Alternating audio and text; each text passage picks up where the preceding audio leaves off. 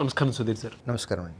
ఇప్పుడు అంటే జనరల్గా నోటిఫికేషన్స్ అయితే బ్యాంకింగ్కి సంబంధించి ఎక్కువగానే వస్తున్నాయి. పేషెన్స్ తోటి గత కొద్ది సంవత్సరాలుగా ప్రిపేర్ అవుతున్నటువంటి వాళ్ళు హాఫ్ మార్క్తోనూ లేదనంటే కొంతమంది ఏదో ఒక సెక్షనల్ కట్ ఆఫ్లోనూ పోయినటువంటి వాళ్ళు చాలామంది ఉంటారు.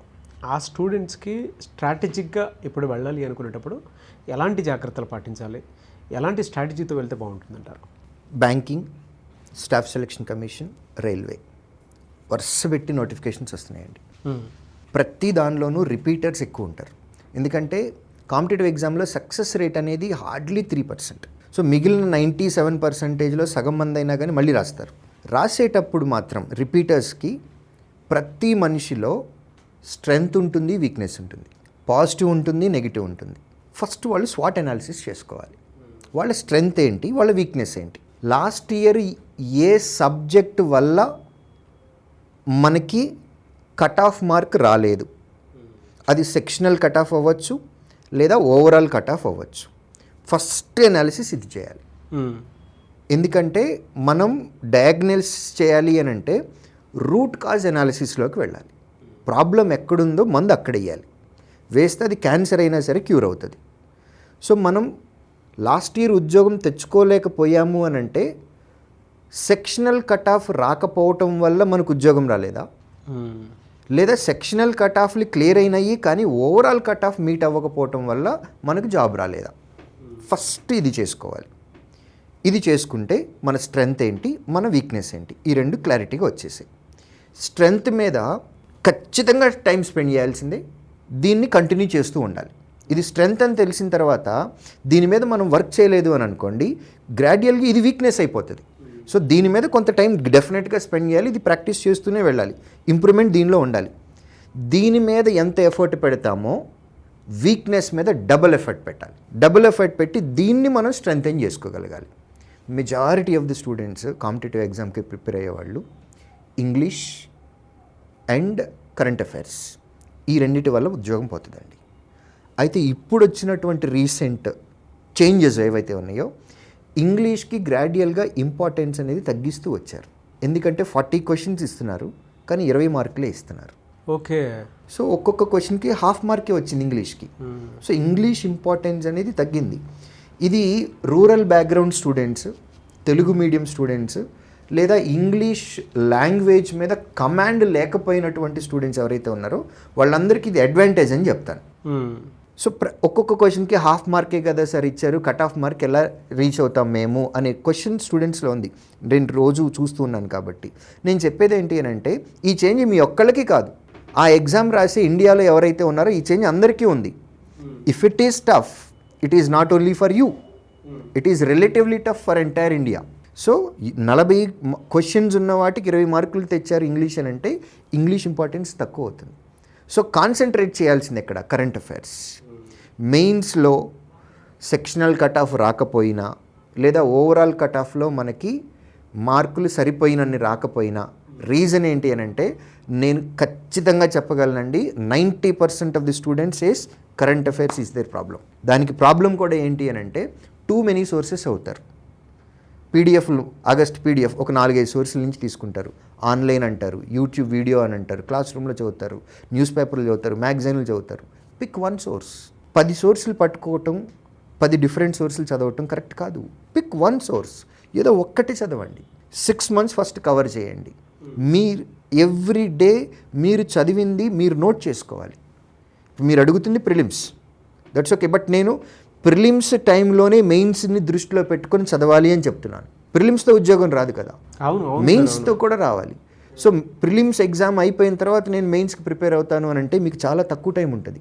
కొన్నిసార్లు 20 రోజుల టైమే ఇచ్చారు. 20 రోజుల్లో మీరు చదవాలి అని అంటే కరెంట్ అఫైర్స్ ఎంత చదవాలి? సో బిగినింగ్ నుంచే కరెంట్ అఫైర్స్ మీద డైలీ 1 hour చదవటం, ఏం చదివామో అవి నోట్ చేసుకోవటం. ప్రిలిమ్స్తో పాటు ప్యారలల్గా కరెంట్ అఫైర్స్ ప్రిపేర్ అవ్వాలి. సో రిపీటర్స్ ఎవరైతే ఉన్నారో వీరు చేసినటువంటి మిస్టేక్ మీరు 90% స్టూడెంట్స్ కావాలంటే చెక్ చేసుకోవచ్చు.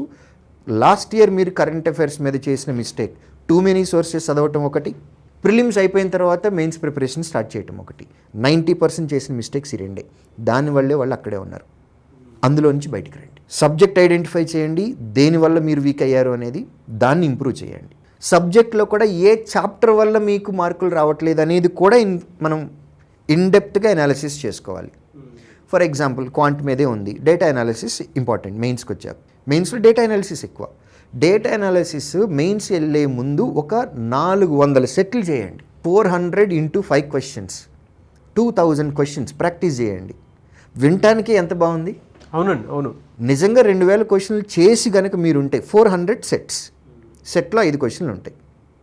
నిజంగా మీరు 400 సెట్స్ చేసిన తర్వాత చిన్న ప్రాక్టీస్ కాదు కదా సార్ 400 సెట్స్. ఆ లెవెల్ ఆఫ్ కాన్ఫిడెన్స్ ఎలా ఉంటుంది ఎగ్జామ్కి వెళ్ళబోయే ముందు? నాకు ఉద్యోగం రాకపోతే ఇంకెవడికి వస్తుంది అన్న కాన్ఫిడెన్స్ తోటి మనం వెళ్తాం.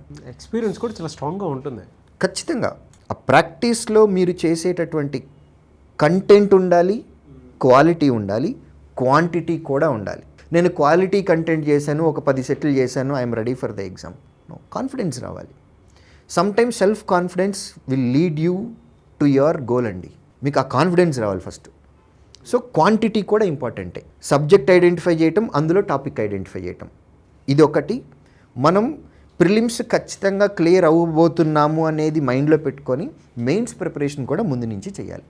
చేస్తే ఇప్పుడు రాబోయే నోటిఫికేషన్స్లో ఉద్యోగం తెచ్చుకోవచ్చు. లేదంటే మళ్ళీ నెక్స్ట్ ఇయర్కి రిపీటర్గానే ఉండాల్సి వస్తుంది. మనిషిగా పుట్టిన తర్వాత తప్పులు చేస్తామండి, కానీ చేసిన తప్పుని మళ్ళీ మళ్ళీ మళ్ళీ చేస్తున్నాము అంటే మనిషి అని అనిపించుకోవడానికి మన అర్హత ఉండదు. కాబట్టి లాస్ట్ టైం మనం చేసిన మిస్టేక్ ఉంది, ఎస్, నో ప్రాబ్లం, అందరం చేస్తాం. బట్ దాని నుంచి నేర్చుకొని మళ్ళీ ఆ మిస్టేక్ చేయకుండా ఉద్యోగం తెచ్చుకోగలిగే అవకాశాలు మళ్ళీ ఉన్నాయి ఇప్పుడు.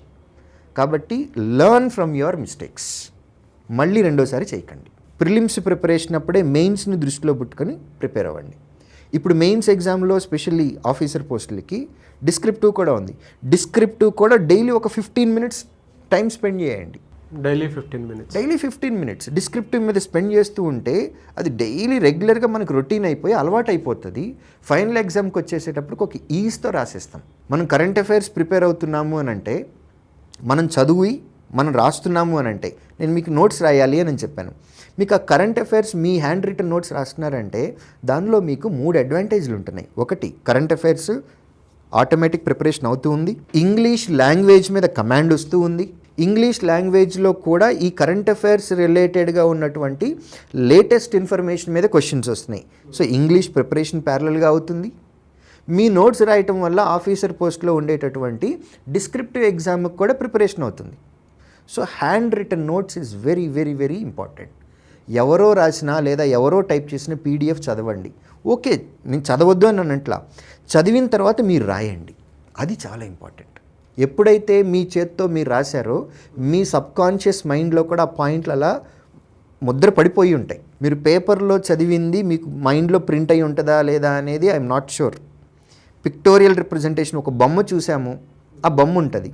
బట్ ఏదైనా మ్యాటర్ చదివాము, ఆ మ్యాటర్ మన మైండ్లో ఉండాలా లేదా అని అంటే ఐఎమ్ నాట్ షూర్. కాబట్టి సొంతగా మన ఓన్ నోట్స్ మనం ప్రిపేర్ చేసుకోవాలి. రెగ్యులర్గా మనం చేస్తున్నటువంటి మిస్టేక్స్ ఏవైతే ఉన్నాయో ఆ మిస్టేక్స్ అన్నీ అందులో రాసుకోవాలి. ఎందుకు రాసుకోవాలి అని అంటే వాటిని అట్లీస్ట్ వీక్లీ వన్స్ మనం వాటిని చదువుతూ ఆ మిస్టేక్ని మళ్ళీ రెండోసారి చేయకుండా ఉండటం కోసం. ఏదైనా ఇంపార్టెంట్ పాయింట్ అనిపించింది, లేదా ఇంపార్టెంట్ ఫార్ములా అనిపించింది, ఏదైనా ట్రిక్కీగా ఉంది, అట్లాంటి పాయింట్లన్నీ ఒకే దగ్గర ఉంటే రేపు ఎగ్జామ్ ఉంది అని అనగా ముందు రోజు అవన్నీ ఒకసారి రివిజన్ చేసుకుని వెళ్తాం. లేదా ఎగ్జామ్కి ముందు 1 week ముందు మీ దగ్గర పాయింట్స్ ఉన్నాయి, మీ దగ్గర ఒక బుక్ ఉంది, ఆ బుక్లో ఏముంది, మీ హ్యాండ్ రిటన్ నోట్స్ ఉంది, ఇంపార్టెంట్ పాయింట్స్ ఉన్నాయి. సంవత్సరం పొడవునా లేదా 6 నెలలుగా మీరు చేసినటువంటి మిస్టేక్స్ ఏవైతే ఉన్నాయో అవన్నీ అందులోనే ఉన్నాయి. మళ్ళీ వాటికి కరెక్ట్ ఆన్సర్లు కూడా అందులోనే ఉన్నాయి. ఇంపార్టెంట్ పాయింట్స్ ఉన్నాయి, ట్రిక్కీ పాయింట్స్ ఉన్నాయి, ఇంపార్టెంట్ ఫార్ములాస్ ఉన్నాయి. ఇంక ఈ బుక్ కాకుండా మిమ్మల్ని మీరు ఇంప్రూవ్ చేసుకునే విధంగా ఇంక ఏ బుక్ దొరుకుతుంది ప్రపంచంలో? ఇందులో మీ మిస్టేక్స్ ఉన్నాయి, ఇంపార్టెంట్ పాయింట్లు ఉన్నాయి, ట్రిక్కీ క్వశ్చన్స్ ఉన్నాయి, మీ హ్యాండ్ రిటన్ నోట్స్ ఉంది. ఇది 1 week ముందు నుంచి రివిజన్ చేసుకుంటూ వెళ్తూ ఉంటే ఎగ్జామ్లో ఇలాంటి క్వశ్చన్స్ వస్తే కనుక మీరు తప్పు చేసే అవకాశమే ఉండదు. కాబట్టి దూరంగా ఆలోచించండి. నెక్స్ట్ ప్రిలిమ్స్ ఉంది కాబట్టి ప్రిలిమ్స్ అయిన తర్వాత మెయిన్స్, ఇలా కాదు. ప్రిలిమ్స్ అయిపోతుంది, నా ప్రిపరేషన్ అలా ఉంది అనే కాన్ఫిడెన్స్ తెచ్చుకొని మెయిన్స్ని కూడా ముందు నుంచే ప్రిపేర్ అవ్వాలి. బట్ స్ట్రాటజిక్ థింకింగ్లో లాంగ్ టర్మ్ ఆలోచన ఉండాలి కానీ షార్ట్ టర్మ్ ఉండకూడదు అనేటువంటి దానికి మాత్రం ప్రతి స్టూడెంట్కి ఉపయోగపడేటువంటి వీడియో. అంటే ఈవెన్ ఇప్పుడు చూసినా ఎలా ప్లాన్ చేసుకోవాలనేటువంటి దాని మీద ప్రతి స్టూడెంట్కి ఒక అవగాహన వస్తుంది సార్. అంటే మీరు చెప్తుంటే హద్దులు దాటి ఎక్కడికి వెళ్లకుండా అక్కడ కూర్చున్న ప్రిపరేషన్లోనే ఇంకా మెంటల్ స్ట్రెంత్ అని ఎలా చేసుకోవాలని చెప్పడానికి best example. Thank you so much sir. Thank you.